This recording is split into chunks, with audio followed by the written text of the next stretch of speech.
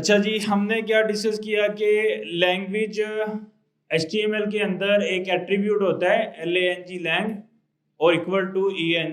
उसका मतलब ये है कि हम HTML को बता रहे हैं, HTML इसको नहीं बताएंगे तो HTML ऑटोमेटिकली अंडरस्टैंड करेगा कौन सी लैंग्वेज है। अगर हम स्पेसिफाई कर देंगे तो उसको समझ में आएगा कि इसके अंदर जितना कोड लिखा जाएगा it's all about to the English language. अच्छा, अब ये एक सेपरेट किस्म का टैग है। हमने अभी तक दो तरह के टैग पढ़े हैं, या ओपनिंग एंड क्लोजिंग टैग जिसको हमने टैग बोला था, या सेल्फ क्लोजिंग टैग। अच्छा, ना ये ओपनिंग क्लास टैग है, ना क्लोजिंग टैग है, ना ये सेल्फ क्लोजिंग टैग है। क्यों भला? इसके सामने कोई भी फॉरवर्ड स्लैश नहीं आ रही, एक अलग किस्म का टैग है, ये स्पेशल अपनी जात में अकेला टैग है। इसका मतलब क्या है, हम इस फाइल में HTML को बता रहे हैं कि इसमें जितना कोड लिखा है ये HTML के किस वर्जन में है। तो जो HTML का लेटेस्ट वर्जन है उसको हम HTML ही बोलते हैं, जो पुराने वर्जन थे उसको हम XML बोलते थे, फिर XML 3.6 ऐसे बोलते थे। इससे पता लगता है कि किस वर्जन में है, मतलब कौन सी टाइप का हम HTML यूज कर रहे हैं। तो चूंकि हम HTML के अंदर लेटेस्ट HTML यूज कर रहे हैं तो इसलिए इसका जो टाइप है वो HTML, सिर्फ HTML रहेगी। तो इसको कैसे डिफाइन करना है? लेस देन ब्रैकेट, सही है। फिर ये साइन ऑफ एक्सक्लेमेशन जिसको हम बोलते हैं, ये 1 से ऊपर आता है, यानी कि 1 को शिफ्ट से दबाएं तो ये आता है। उसके बाद डॉक टाइप मतलब हम किस तरह का डॉक्यूमेंट इसमें डिफाइन करना चाह रहे हैं, सही है। तो डॉक टाइप HTML के कौन सा वर्जन हम यूज करना चाह रहे हैं, तो हम लेटेस्ट वर्जन यूज करना चाह रहे हैं तो हम इसको बता देंगे तो आसानी होगी। अगर नहीं बताएंगे फिर भी चलता है, हमने शुरू में इसको नहीं लगाया था, इवन हमने ये वाले कोई टैग भी नहीं लगाए थे, फिर भी स्टिल टैग चल रहे थे। लेकिन मसला कहाँ पे आता है, जो वेबसाइट है जो जिस चीज में चलती है उसको ब्राउजर बोलते हैं, और ब्राउजर हमारे पास बहुत सारी किस्मों के हैं, जैसे like Chrome browser, internet explorer, Firefox, safari और मोजिला और ओपरा, एज, और भी बहुत सारे किस्म के ब्राउजर्स हैं। तो हर ब्राउजर अगर हम ये स्टैंडर्ड मेंटेन नहीं करेंगे, हर ब्राउजर वेबसाइट को अपने अंदाज में रीड करेगा। अगर उसको डॉक टाइप नहीं बताएंगे, हो सकता है कि सफारी में वो चीज प्रॉब्लम करे, क्रोम में चल रही हो, क्रोम में चल रही है मे बी एज में मसला करे, अगर एज में चल रही है मे बी ओपरा में मसला करे। तो अगर हम प्रॉपर टैग्स यूज करेंगे सारे, फिर हर ब्राउजर में स्टैंडर्ड यूज होगा। अगर हम टाइप और लैंग्वेज और ये चीजें नहीं बताएंगे, Chrome is like more updated browser, more smarter browser, more updated browser, नया ब्राउजर है। क्रोम हर चीज को सपोर्ट करता है, इवन हम कुछ टैग नहीं भी लगाएंगे लेकिन स्टिल अंडरस्टैंड, क्योंकि गूगल ने उसको इस तरह से बनाया है। लेकिन बहुत सारे ब्राउजर में मसला कर सकता है, लेकिन हमें नहीं पता ना यूजर हमारा किस जगह पे वेबसाइट को ओपन करेगा, तो it can be difficult to understand के यूजर कहाँ पे चला रहा है। तो बेटर टू डू प्रैक्टिस कि हम हर टैग को यूज करें ताकि वो क्रॉस दी ब्राउजर्स हमारी वेबसाइट अच्छी चले। तो इसलिए हम ये सारे टैग लगा रहे हैं, इसीलिए हम उसको बता रहे हैं कि तुम्हारी टॉक टाइप है, लैंग्वेज इंग्लिश है, ताकि हर ब्राउजर में जब मैं इसको चलाऊंगा तो result will be the similar, otherwise result can be differ from one browser to another browser, सही है। अच्छा, इमेज का टैग हमने कल डिटेल में डिस्कस किया था। एक और स्ट्रक्चरल टैग है, ऐसे टैग जिनका ब्राउजर पे इफेक्ट नजर आता है उनको हम स्ट्रक्चरल टैग बोलते हैं, सही है। एक और हम स्ट्रक्चरल टैग में, जैसे H1 हमने एक स्ट्रक्चरल टैग देखा, फिर हमने इमेज देखा, फिर एक और टैग हम पढ़ने लगे हैं अब HR, थोड़ा इंटरेस्टिंग टैग है ये भी सेल्फ क्लोजिंग टैग है, इसका मतलब है हॉरिजॉन्टल लाइन। अब मैं इसकी अगर आउटपुट आपको दिखाऊं तो ये कहाँ पे होगा, क्लास नंबर 3 में, और ये इसको मैं चलाऊं तो आप देख रहे हैं कि हेलो वर्ड के बाद ये क्या आ रहा है, यहाँ पे लाइन नजर आ रही है। तो ये लाइन किस टैग की मदद से आती है, HR, और ये एक सेल्फ क्लोजिंग टैग है, और ये एक स्ट्रक्चरल टैग है।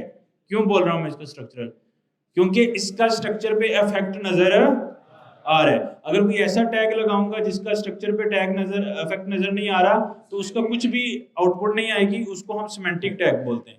तो एक स्ट्रक्चरल टैग है, मतलब इसका स्ट्रक्चर पे इफेक्ट नजर आता है। अच्छा, इसी तरह अगर मेरे पास मे बी एक पी का टैग है, उसमें मैंने पैराग्राफ लगाया है, तो वो पैराग्राफ ऐसे नजर आएगा, ऐसे ही है ना, ऐसे पैराग्राफ नजर आएगा। अच्छा, अगर मैं चाह रहा हूं कि ये पैराग्राफ जो है ऐसे थोड़ा, ये एक लाइन में सारा पैराग्राफ नजर आ रहा है, मैं चाहता हूं कि यहां से पैराग्राफ की लाइन कट के अगली लाइन से शुरू हो जाए, यानी कि एक लाइन चल रही है, मैं चाहता हूं कि वो कट के अगली लाइन में आ जाए। तो वो कैसे आएगी, उसके लिए मेरे पास एक टैग होता है, that is called BR tag. ये भी सेल्फ क्लोजिंग टैग है। इसका मतलब है लाइन ब्रेक, इसका मतलब है हॉरिजॉन्टल लाइन, मतलब स्ट्रक्चर के अंदर हॉरिजॉन्टल लाइन लगा दो, और इसका मतलब है स्ट्रक्चर के अंदर जिस लाइन पे भी तुम्हें यूज किया जाए वहां से लाइन ब्रेक कर दो। तो इससे क्या होगा, अगर हम आउटपुट देखें तो लाइन क्या हो जाएगी, ब्रेक हो जाएगी। बात समझ आ गई? तो हमने दो सेल्फ क्लोजिंग टैग और पढ़े हैं, one is HR and other is BR। HR से क्या होता है, हॉरिजॉन्टल लाइन, और BR से क्या होता है, ब्रेक, लाइन ब्रेक, कि वो लाइन को ब्रेक कर देगा। सही है। अच्छा, उसके बाद हम आगे चलते हैं, और अभी हम एक और इंटरेस्टिंग टैग पढ़ेंगे। हम वन बाय वन टैग्स पढ़ते जा रहे हैं, रैंडमली पढ़ रहे हैं, जो ज्यादा इंपॉर्टेंट है, कॉमन है, वो मैं पहले करवा रहा हूँ, फिर मैं आपको सारी लिस्ट एक्सप्लेन कर दूंगा। ये ज्यादा इफेक्टिव ना नजर आ रहे हैं, इनकी आउटपुट नजर आती है, जल्दी समझ में आने वाले टैग हैं। तो कुछ ऐसे हैं जो नॉट कॉमन है लेकिन उनके लेस इफेक्टिव टैग हैं, तो उनको भी हम कंप्लीट कर लेंगे, जैसे लाइक कोट, एड्रेस और छोटे छोटे टैग्स हैं, उनको भी हम ऐड ऑन कर लेंगे। अभी के लिए बस इन टैग्स पे फोकस करो। HR P का टैग हमने लगाया। अब हम एक और टैग पढ़ने लगे हैं, that is called anchor tag या A टैग। अच्छा, A टैग या एंकर टैग क्या होता है, उसको हम कैसे लगाते हैं, लेस देन ब्रैकेट और ग्रेटर देन ब्रैकेट। ये ओपनिंग एंड क्लोजिंग टैग है, यानी कि ओपन भी होता है और क्लोज भी होता है, और इसके दरमियान में लिखा हुआ चीज जस्ट लाइक google.com, जब हम इसको लगाते हैं तो ये ऐसे जो भी इसके सेंटर में चीज लिखते हैं वो इसके सामने यहाँ पे नजर आती है। अभी के लिए मैं इस इमेज को यहाँ से खत्म कर रहा हूँ, अभी मैं एक्सप्लेन करूंगा ये जो मैंने खत्म किया है इसको कैसे किया। तो ऐसे google.com यहाँ पे मुझे नजर आ रहा है। सही है। अच्छा, google.com नजर आ रहा है, और इसके अंदर जो भी, यानी कि A टैग, और अगर हम देखें अभी A टैग और P के टैग में कोई इतना खास आपको फर्क समझ में नहीं आ रहा। उसमें भी टैग्स अगर लिखें तो आउटपुट आती है, A टैग में भी लिखें तो आउटपुट आती है। अच्छा, बाय डिफॉल्ट इसका बिहेवियर इतना ही है। अब इसको ज्यादा एडवांस लेवल पे यूज करने के लिए हम इसके ऊपर कुछ एट्रीब्यूट्स हम पढ़ेंगे। ऐसे ही है ना, एक बाय डिफॉल्ट स्ट्रक्चरल इफेक्ट है जो नजर आएगा हमें ब्राउजर में एक टैग का। अगर उसमें से मजीद मुझे उसकी इफेक्टिवनेस चाहिए, मजीद उसका इफेक्ट चाहिए, तो फिर मैं किसका सहारा लेता हूँ, एट्रीब्यूट्स का। क्यों एट्रीब्यूट्स का सहारा लेता हूँ, कि वो इसकी पावर में मजीद इजाफा करते हैं, वो इसको मजीद ब्यूटीफुल बनाते हैं, वो इसको रीशेप कर सकते हैं। मैं अपनी मर्जी से जैसा दिखाना चाहता हूँ वैसा इफेक्ट लेके आ सकता हूँ। अच्छा, एक एंकर टैग के ऊपर एक मेरे पास एट्रीब्यूट होता है, that is called href, hyper reference. href, hyper reference, इसको एट्रीब्यूट ही बोलेंगे। क्यों बोला? इसमें एट्रीब्यूट वाली सारी खसूसियत हैं। कौन कौन सी खसूसियत थी एट्रीब्यूट की? ओपनिंग टैग में आएगा या सेल्फ क्लोजिंग टैग में आएगा? टैग के नाम के बाद में आएगा। ए के बाद में आ रहा है, इसका मतलब टैग के नाम के बाद आ रहा है। और इसके 3 पोर्शन पे ये डिवाइडेड होना चाहिए। वन इज नेम, फिर इक्वल टू का साइन, देन वैल्यू होनी चाहिए। तो इसका मतलब ये सारे पोर्शन इस पे पूरे कर रहे हैं। अभी मैंने इसमें कोई वैल्यू नहीं दी, और ये ऐसा, मतलब इसको मैं सेव करूंगा, कोई वैल्यू नहीं दी, लेकिन इसने स्ट्रक्चर पे स्टिल एक चेंज लेके आया है। वो क्या? जब मैंने ये नहीं लगाया था, ये तो ऐसा नजर आ रहा था स्ट्रक्चर, ऐसे आ रहा था ना स्ट्रक्चर नजर। अब जैसे मैंने ये लगाया है नेम, अभी मैंने कोई वैल्यू नहीं दी उसको, लेकिन उसका स्ट्रक्चर चेंज हो गया। और वो स्ट्रक्चर क्या है?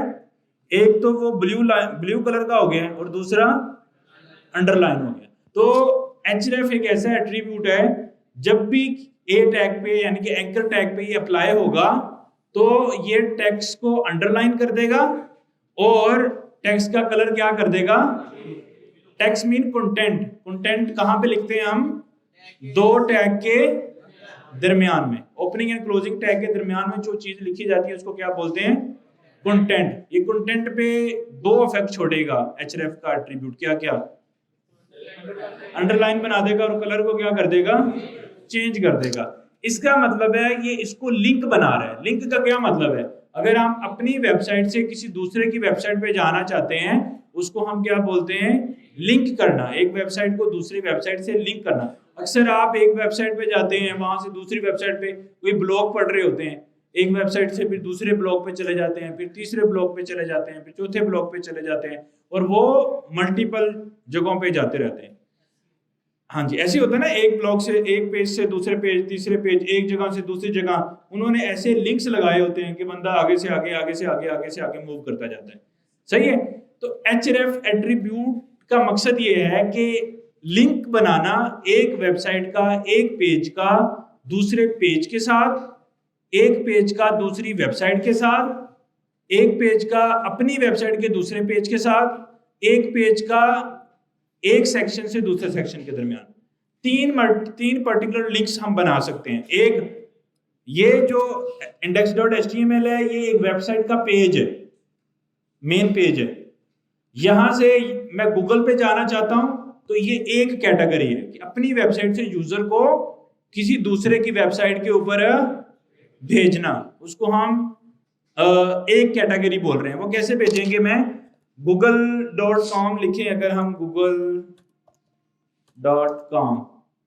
तो ये पेज नजर आता है। अगर मैं इसका ये वाला ऊपर से मुझे एड्रेस मिलता है, ये google.com वेबसाइट का डोमेन या एड्रेस, इसको डाल दूं मैं यहाँ पे अगर google.com, तो क्या होगा कि मैं अगर अपने पेज को रिफ्रेश करूंगा और इस पे क्लिक करूंगा तो ये मेरा पेज कहाँ पे चला जाएगा, google.com पे। तो मैंने अपनी वेबसाइट को लिंक कर लिया किसके साथ, तो मेरा यूजर इस पे क्लिक करेगा तो कहाँ चला जाएगा। अगर मैं अपनी वेबसाइट टेक्नोसेट के साथ इसको लिंक करना चाह रहा हूँ तो मुझे क्या करना पड़ेगा, एक तो technoset.com लिख देता हूँ। अच्छा, ये जरूरी नहीं है टेक्नोसेट, मैं यहाँ पे abc.com लिख देता हूँ, abc मैंने लिख दिया। तो जो भी लिखेंगे ये लिंक और वो आपस में सेम होना जरूरी नहीं है, वो कुछ भी हो सकते हैं। और मैं अभी के लिए नेम सही लिख देता हूँ। तो अब अपनी वेबसाइट का मैं यहाँ पे लगाऊंगा URL, तो जो भी डोमेन है मैं उठा के यहाँ पे पेस्ट कर दूंगा। तो जब इस टेक्स्ट पे क्लिक होगा तो मेरा ये href का टैग, href में जो भी मैंने URL दिया हुआ है, तो एंकर टैग उस पेज को वहां से चेंज करके कहाँ पे ले जाएगा, उस पर्टिकुलर वेबसाइट पे। तो अगर मैं अभी रिफ्रेश करूंगा तो क्या होगा कि ये आ गया, मैं इस पे क्लिक करूंगा तो यहाँ पे उसने मुझको माइग्रेट कर दिया।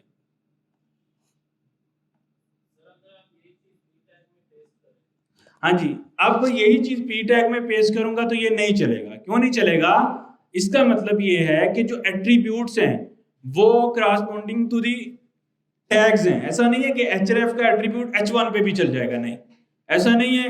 कुछ ऐसे एट्रीब्यूट हैं जो क्रॉस दी टैग्स चलते हैं, हर टैग पे चलेंगे, लेकिन most of to the attribute ऐसे हैं जो स्पेसिफिक टू दी टैग चलेंगे। ऐसे मतलब देखो, मैं कह रहा हूं कि लैंग्वेज इंग्लिश होनी चाहिए, अब यही बात मैं करूं उठा के पी के टैग पे, तो उसको क्या मतलब समझ में आएगा, उसकी जबान में तो कोई मतलब नहीं है इसका। तो उन्होंने HTML ने जो एट्रीब्यूट बनाए हैं वो स्पेसिफिक टू द टैग चलते हैं, वो किसी ना किसी टैग के साथ लिंक्ड है। अगर href को उठा के मैं p टैग पे लगा भी दूंगा तो उसका इफेक्ट नजर नहीं आएगा मुझे, क्योंकि href का एट्रीब्यूट हमेशा किस पे चलता है, एंकर टैग। एंकर टैग मतलब a के टैग पे चलता है, इसके अलावा नहीं चलता। सही है। तो चूंकि वो a के टैग पे चलता है तो इसलिए हमने इसको माउंट कर लिया a टैग यानी कि एंकर टैग के ऊपर। अब कुछ एट्रीब्यूट ऐसे हैं जो p के टैग पे चलते हैं, हो सकता है कि वो एंकर टैग पे ना चलते हो। तो कुछ attribute specific to the tags होंगे, but most of the attribute ऐसे भी होंगे जो हर एक पर्टिकुलर टैग पे चले। जैसे स्टाइल एक ऐसा एट्रीब्यूट होगा जो सारे टैग्स पे चलता है। लेकिन इसी तरह विड्थ एक ऐसा एट्रीब्यूट होगा जो सिर्फ इमेज टैग पे चलेगा।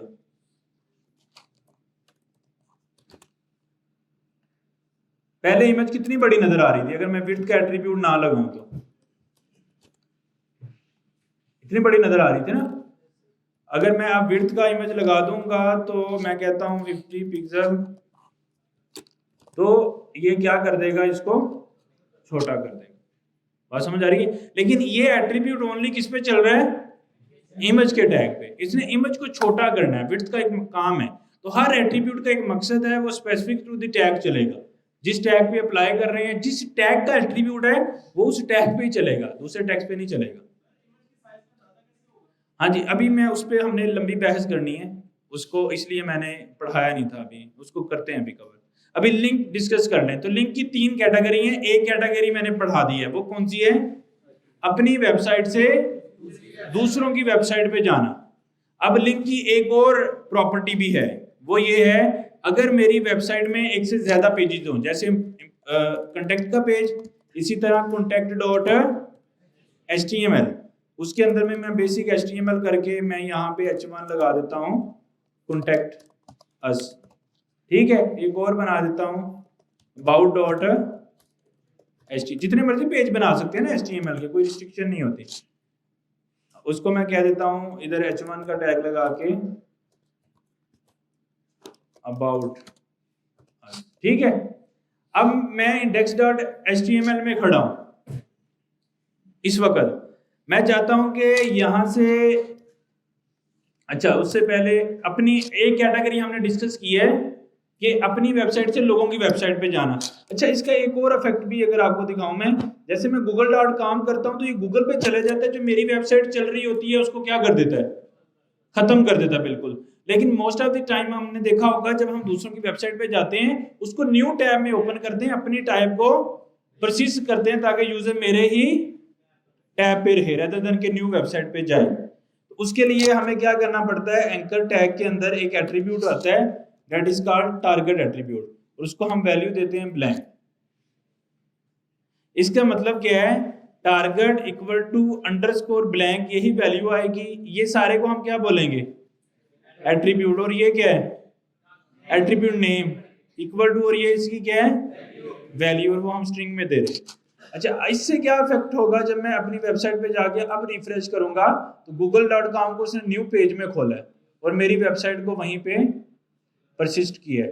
तो एंकर टैग के हमने 2 एट्रीब्यूट का सहारा लिया है, एक href और दूसरा टारगेट ब्लैंक। href क्या करता है, स्ट्रक्चरल पे भी चेंजेस छोड़ता है, एक तो ब्लू कर देता है और अंडरलाइन, और दूसरा जो लिंक उसमें देते हैं वो उस लिंक पे रीडायरेक्ट कर देता है यूजर को। और दूसरा मैंने एक और एट्रीब्यूट पढ़ा है दैट इज कॉल्ड, उसका क्या मतलब है कि जो लिंक ओपन करेगा वो लिंक न्यू टैब में ओपन करेगा, उसी टैब में नहीं चेंज करेगा। सर आपने सबको दिखाया है, सर उसकी वैल्यू में लिखाया है साइट पर, सर उसके आगे कंटेंट में उसका नाम लिखना जरूरी होता है? नहीं, जरूरी नहीं है। मैंने आपको बोला था कि आप ABC लिख दें, ABC या ऐसे कुछ भी लिख दें तो स्टिल वो तो नजर आएगा। ये देखो ना, ये नजर आ रहा है, लेकिन जो लिंक है वो हम लगाते क्यों हैं, यूजर को कुछ तो बताना है ना, ये कौन सा लिंक है, तुम किधर जाओगे, क्या करोगे, ताकि उसको उसकी अंडरस्टैंडिंग बन सके। तो रिलेटेड टेक्स्ट लिखेंगे ना लिंक के बारे में, कि अगर तुमने इस बारे में बातचीत जाननी है तो तुम यहाँ पे चले जाओ, कुछ तो बताएंगे उसको, जो भी बताना है वो यहाँ पे लिखेंगे। तो ये कोई लिंक्ड नहीं है, कुछ और बता दे तो आप यहाँ पे भेज दें। आगे click on here to go on facebook.com, like आप यहाँ पे लिख दें facebook.com, क्या इससे यूजर फेसबुक पे जाएगा, लिखा इधर फेसबुक आ रहा है, लेकिन क्या होगा, जाएगा गूगल पे। लेकिन हम यूजर को ऐसे मिसगाइड नहीं करेंगे ना, फिर वो दोबारा हमारे पास नहीं आएगा। क्या ख्याल है? तो हम उसको सच ही बताएंगे ना कि तुम जहां पे जा रहे हो उसी का नाम लिखेंगे, तो उल्टा नाम लिखेंगे तो मसला हो जाएगा। अच्छा, इतनी बात समझ आ गई? ये है वन कैटेगरी कि एक तरह से हम यूजर को एक जगह से दूसरी जगह भेज सकते हैं थ्रू दी एंकर टैग या ए टैग। एक वेबसाइट, अपनी वेबसाइट से दूसरों की वेबसाइट पे भेज सकते हैं। अब अपनी वेबसाइट पे भी अगर एक से ज्यादा पेजेस हैं, लाइक ये मैं समझ रहा हूँ मेरी वेबसाइट है और मेरी वेबसाइट पे कितने पेजेस हैं? 3। कौन कौन से? अबाउट, कॉन्टैक्ट और मैं चाहता हूं कि मेरे पास कोई एंकर टैग हो। यहाँ पे पहले मैं BR टैग लगा लेता हूँ और उसके साथ मैं कहता हूं कि मेरे पास कोई एंकर टैग हो और उसमें मैं बोलूं गो टू अबाउट अस। सही है, मैंने ये टेक्स्ट बना लिया और उसके अंदर मैं लिख दूंगा about.html। अब हम यूजर को अपनी वेबसाइट पे ही लेके जा रहे हैं, उसको दूसरों की वेबसाइट पे लेके नहीं जा रहे। अपनी वेबसाइट पे, पर अपनी वेबसाइट के दूसरे पेज पे। तो मैं क्या करूंगा, यहाँ पे आऊंगा तो मेरे पास गो टू अबाउट अस आ रहा है, इस पे क्लिक करूंगा तो देखो मैं कहाँ पे आ गया। अब यहाँ से मुझे पीछे जाना है तो फिर मुझे क्या करना है कि अबाउट के अंदर जाके यहाँ पे क्या लगा दूंगा, एक टैग दोबारा लगा दूंगा और गो टू होम। तो होम पेज का नाम क्या है? index.html। Go to about page, go to home page. ठीक हो गया कि मैं होम पेज पे जा रहा हूं फिर अबाउट पेज पे जा रहा हूं। All good. अच्छा, अब अगर मुझे यहां से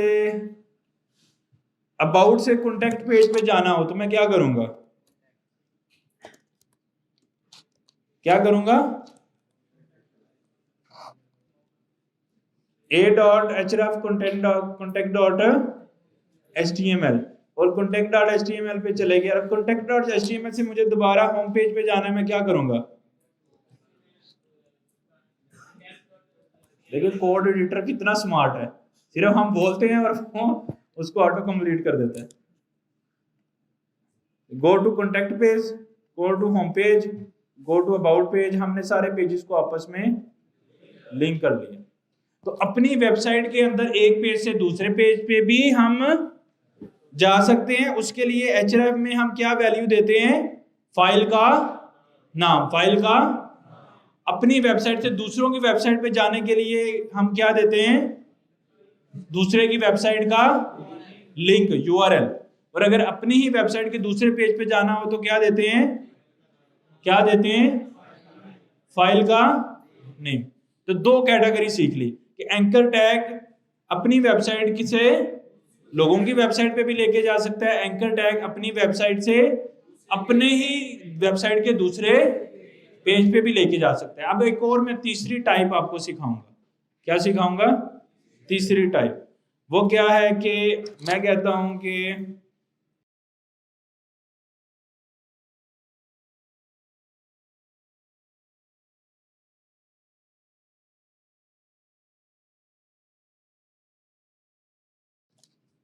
अच्छा, मैंने काफी ज्यादा इस पे डाल दिए हैं हेलो वर्ल्ड। वो इसलिए मैंने डाले हैं ताकि मैं पेज को बनाना चाहता हूं स्क्रॉलेबल।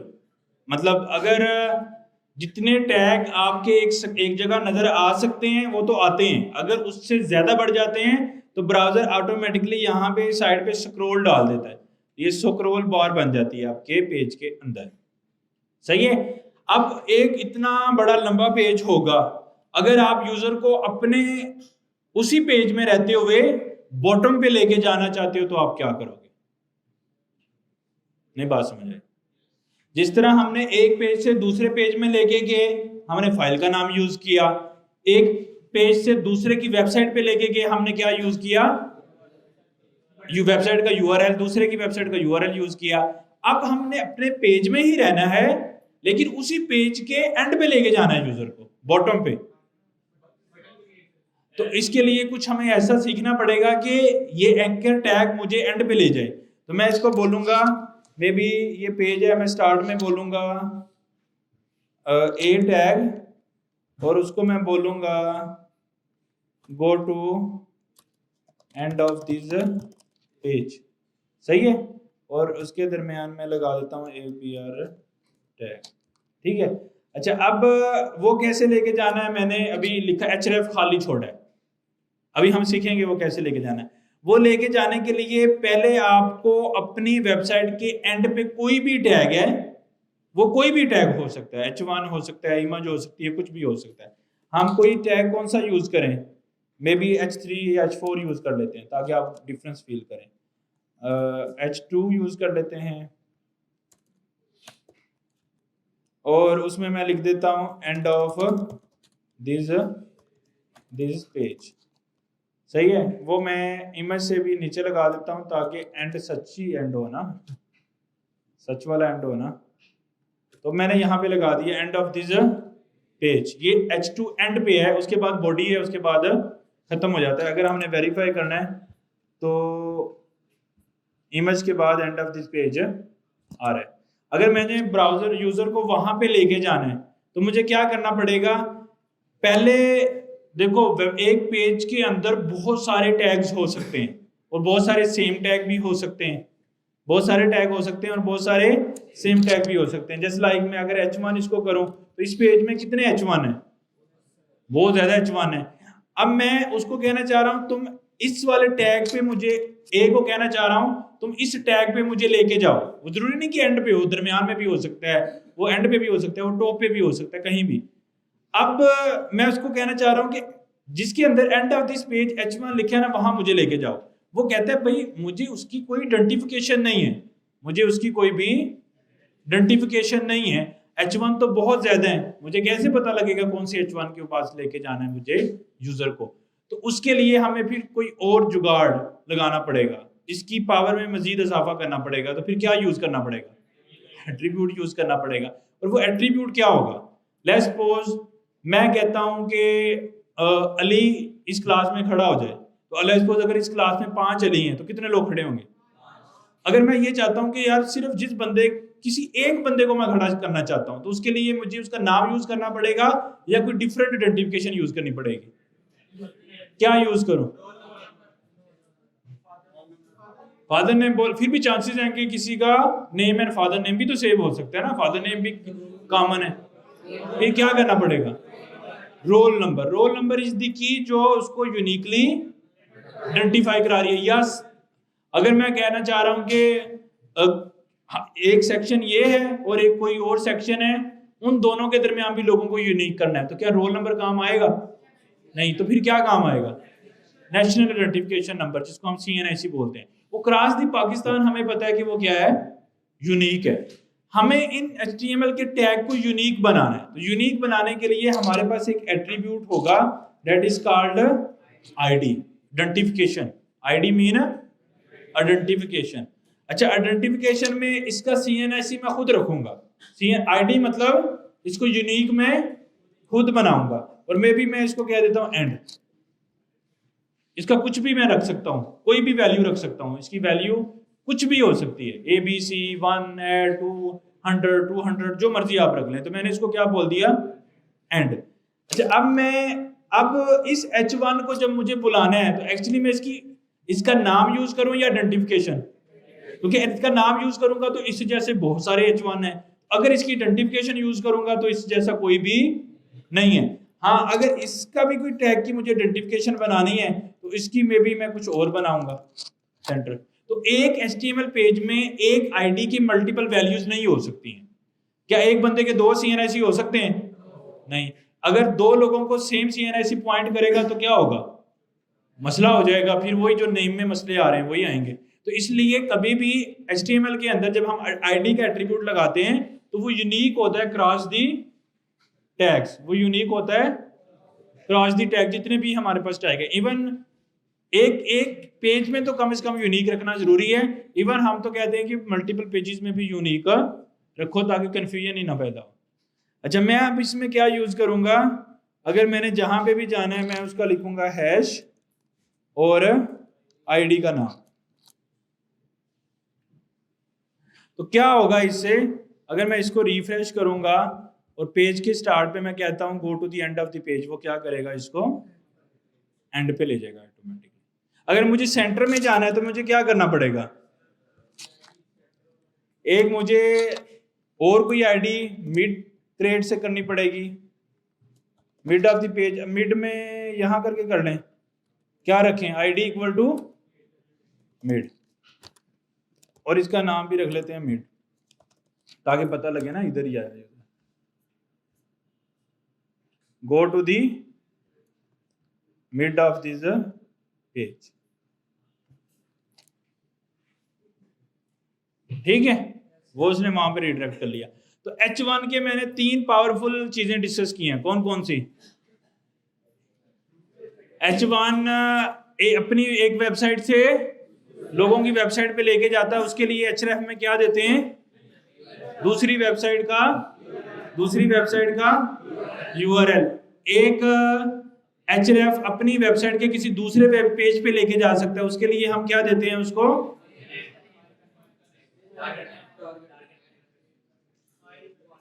अगर हम अपनी ही वेबसाइट के एक पेज से दूसरे पेज पे जाना चाहते हैं तो क्या देते हैं उसको? फाइल का नाम। अगर हम एक पेज, बहुत बड़ा लंबा पेज है, उसको किसी दूसरे सेक्शन पे जाना चाहते हैं तो हम क्या देते हैं उसको? आईडी। और आईडी कैसे बनाते हैं?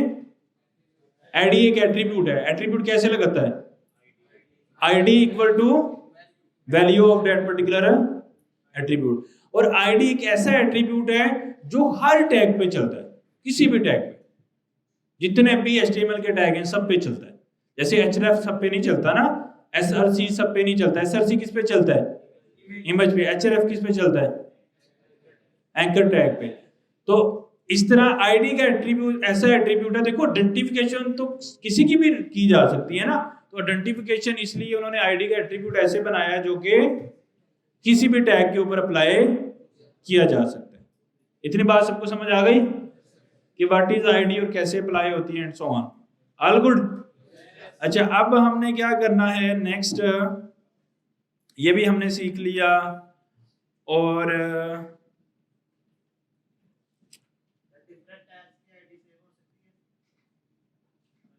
डिफरेंट टैग की, देखो ना, आईडी वही बात होगी ना। अगर दो लोगों का सेम CNIC हो तो क्या होगा? देखो, दो लोग डिफरेंट है, यानी कि A और H1 डिफरेंट है, लेकिन दो लोगों का सेम CNIC तो मसला करेगा ना। मैं सर वही अर्ज कर रहा हूं ना कि दो लोग हैं, ये 2 पर्सन है, ये मुख्तलिफ है या सेम है? मुख्तलिफ है ना। अगर इनका सेम CNIC हो जाए तो क्या होगा? मसले होंगे ना। तो इसलिए चाहे मुख्तलिफ लोग हैं या सेम बंदे हैं, तो CNIC सेम नहीं हो सकता। CNIC will be the different. Her tag का ID will be the different. ID will be the unique identification. But मैं जब वर्ड यूनिक बोल रहा हूं, it means it will be unique.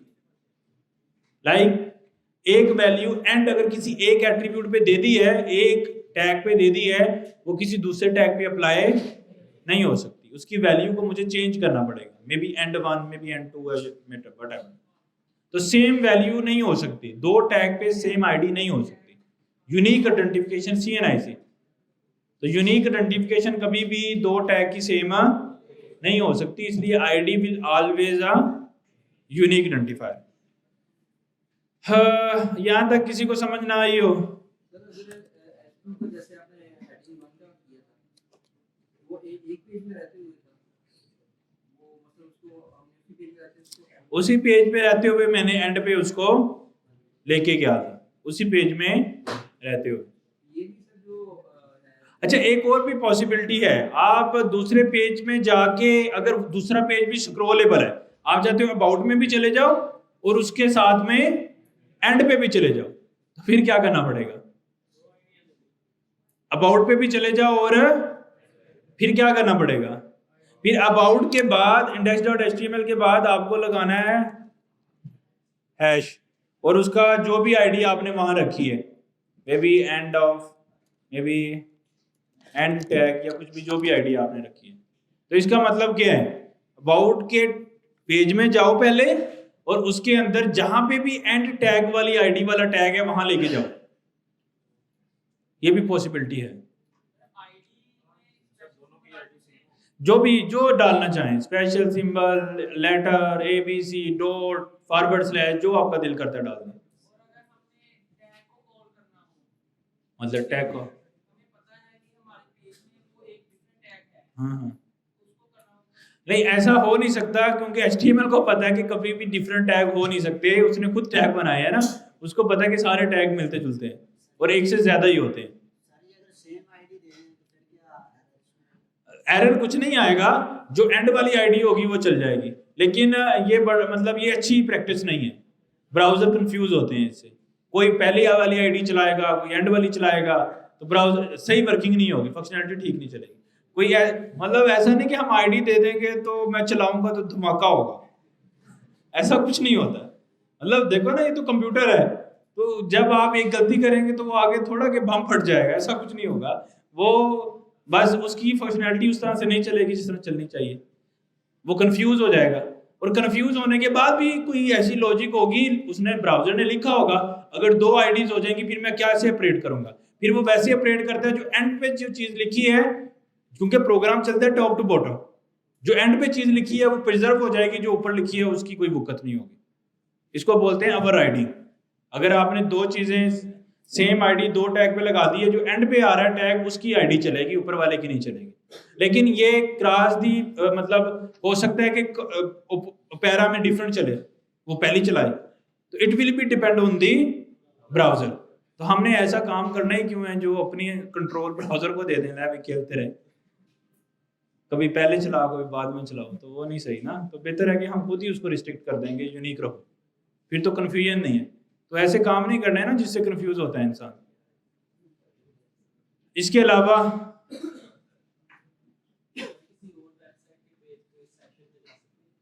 हाँ जी,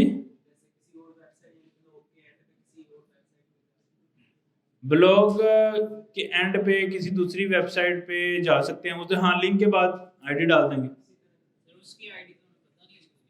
हाँ, तो नॉर्मली नहीं पता होगी, इस तरह हम कभी करते नहीं है कि मतलब उसके सेक्शन में जाएं और एंड पे डालें। नॉर्मली ब्राउजर से एक मतलब यूआरएल ही देते हैं, अक्सर ऐसे होता है। हैशटैग का मतलब ये है कि अगर आपने एक अपने ही पेज में एंड पे जाना है या सेंटर में जाना है, तो आपने जहां जाना है उस टैग के ऊपर एक आईडी आपको देनी पड़ती है, जैसे like ID and, ID centre, ऐसे। और उसको एज एन हैशटैग यूज करना है href में, वो आपको उसी पेज में एंड पे ले जाएगा। सही है? तो जब नहीं लगाएंगे तो फिर क्या होगा? तो फिर कुछ भी नहीं होगा। हैश ना लगाएं फिर क्या होगा? फिर कुछ भी नहीं होगा। तो हैश से मतलब, हैश से पता लगता है कि उसने एक पेज में किसी सेक्शन के पास जाना है, तो हैश इज दी आइडेंटिफिकेशन, उससे पता लगता है हैश है मतलब आईडी है। तो हैश नहीं लिखेंगे तो वो समझ नहीं पाएगा कि ये आईडी है या ये पेज है या ये लिंक है, ये क्या है। देखो ना, इससे उसको पता लगता है ये पेज है क्योंकि .html लिखा हुआ है, इससे उसको पता लगता है ये URL है क्योंकि HTTPS URL। आईडी से उसको, हैश से उसको पता लगेगा ना कि ये आईडी है। तो अगर हैश नहीं लगाएंगे तो वो कंफ्यूज हो जाएगा कि ये पेज है या ये URL है या ये आईडी है, ये क्या है, वो खुद में कंफ्यूज हो जाएगा, कुछ भी काम नहीं करेगा। All good?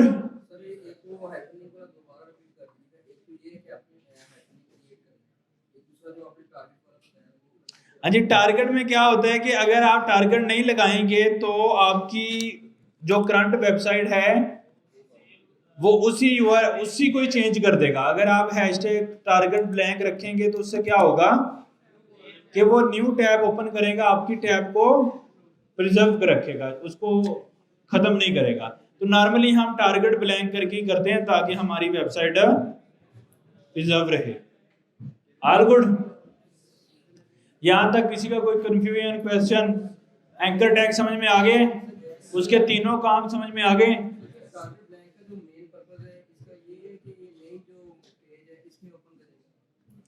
हाँ जी, यही काम है कि ये न्यू टैब में, इसको टैब बोलते हैं, इसका पता है कि ब्राउजर में इसको टैब कहते हैं।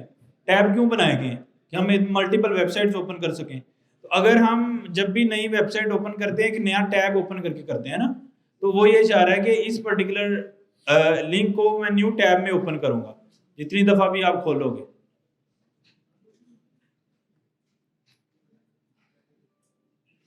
दस दफा खोलोगे तो 10 दफा वो न्यू टैब ओपन करेगा।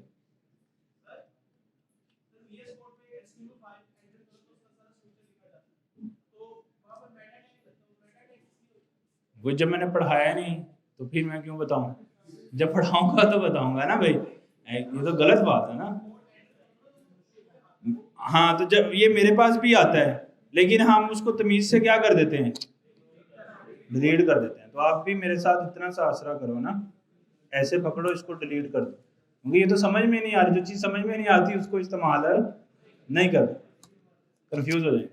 जो जितना समझ में आ रहा है उतना करना, तो जब उसकी बारी आएगी फिर उस पर बात करेंगे। ऑल गुड, समझ आ गई है? आगे चलें। अच्छा जी, आगे हमारे पास एंकर टैग के बाद है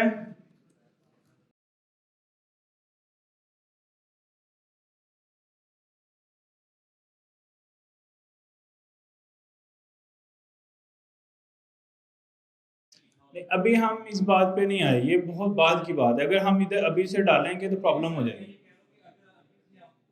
अभी से हम नहीं कर सकते ना उसकी एक, जब तक आप किसी चीज में, मैं जब भी सीखता हूँ कंसेप्ट, उसकी 2-3 चीजें पहले, जब तक मुझे सॉलिड रीजन ना मिलेगी ऐसा क्यों करना है, मुझे कभी बात समझ में नहीं आई, तो हमेशा ऐसा क्यों करना है उसको पहले समझ में आना चाहिए। तो अब मैं आपको बोलता रहूँ आपने ये लेटर ऐसे लिखने हैं, ये लफ्ज ऐसे लिखने हैं, ये लफ्ज ऐसे नहीं लिखने, तो आपको समझ नहीं आएंगे। आपको जितना मैं करवा रहा हूँ उस पर फोकस रहेंगे तो आपको बात समझ में आएगी, उससे बाहर जाएंगे तो नहीं समझ में आएगी। मैं बोल रहा हूँ उसका आंसर एक लफ्ज में नहीं है, उसको 1 घंटे में समराइज जब तक मैं नहीं करूंगा आपको बात नहीं समझ में आएगी कि ऐसा करने की रीजन क्या है। उसकी एक लंबी थ्योरी है। देखो मैं मेटा टैग को एक लफ्ज में भी बता सकता हूँ, ये इसलिए यूज होता है, उस लफ्ज को मैं बताने का मकसद खत्म हो जाएगा जब तक आप उसके बैकग्राउंड तक नहीं जाओगे। तो हर चीज के जब तक बैकग्राउंड तक नहीं जाएंगे, जैसे लाइक मैंने एब्सोल्यूट पाथ बताया, रिलेटिव पाथ, जब मैं इसको एक्सप्लेन नहीं करूंगा आपको बात समझ में नहीं आएगी। तो एक्सप्लेन करना जरूरी है, इसका मतलब क्या है, इसको क्यों यूज करना है, एंड सो ऑन। सही है? तो इसलिए ज्यादा कम्प्लेक्सिटी में अभी से डालूंगा तो नहीं समझ में आएगा।